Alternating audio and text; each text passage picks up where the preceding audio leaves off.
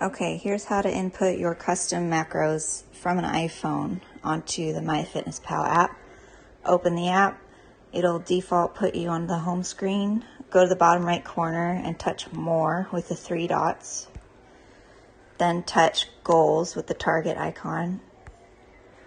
Then underneath Nutrition Goals, touch Calorie, Carbs, Protein, and Fat Goals. Change your calories first. It doesn't matter, but I usually like to do that. Let's say I updated it to 1800. Touch the check mark or it will not save.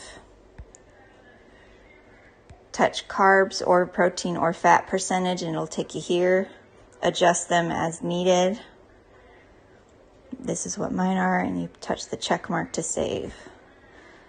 I'll show you the error where it will change your calories back if you don't do it correctly. So let's say you change your calories to 1890, but you don't touch the check mark. You touch the percentages instead to go straight into them. Let's say you modified those.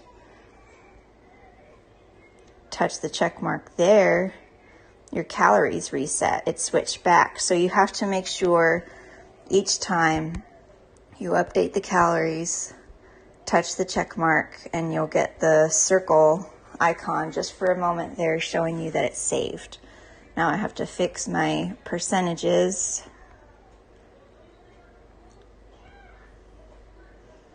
Touch the check mark and the calories stayed the same.